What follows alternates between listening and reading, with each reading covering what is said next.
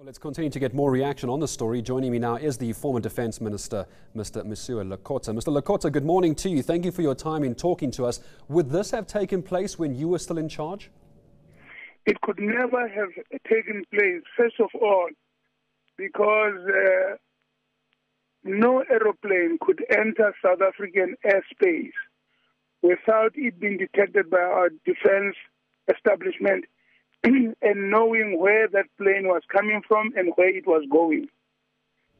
Our view in the Congress of the People is that there must have been command instruction given to the Defence Force to allow for that, for it to be able to land at the Air Force Base.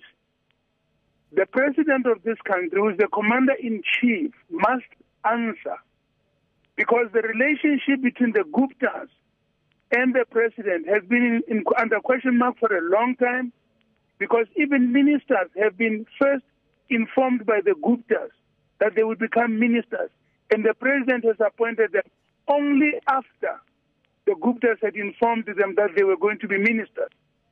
In this matter, the President must explain how it is that such a thing can happen with his Defence Force minister, Chief of the Defence Force, and all of that, without them knowing.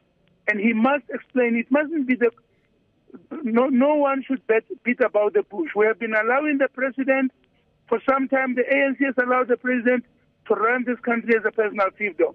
That's why the Central African Republic told this country earlier this week that relations between that country and South Africa were run at a personal level, and now they are going to elevate them to state vis-a state.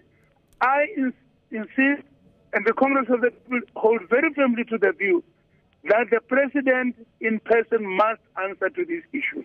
Mr. Lekota, allow me to ask you this, if I may, and I understand it is a national key point. I would like this answer questioned, if you wouldn't mind. Do you know if, in a situation like this, those who had entered the country, as the Guptas did, through the Waterkloof Airforce Base, would they have had to present passports and go through security clearance like anybody else would at a regular airport?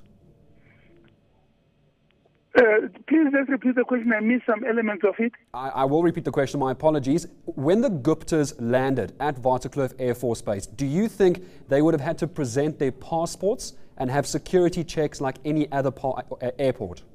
I don't think so. I know that, first of all, they would have to get a permission, and the Chief of the Air Force would have had to be advised that a plane like that would be landing there at this time. Who would be in that plane? And when they get there, there would have been thorough security check. Every one of the individuals would arrive there known, but they would have to produce their passports, checked whether they can come in or not. Otherwise, they would have to be stopped there and then. Should somebody lose their jobs because of this? As a final question to you, Mr. Lekota. Indeed, unless anybody can provide who gave them command to do so, then head must roll. Thank you very much. We'll leave it there for the moment. Former Defence Minister Mosiuoa Lekota joining me on the line on the Gupta landing at Waterkloof Airforce Base. News that moves. eNCA.com.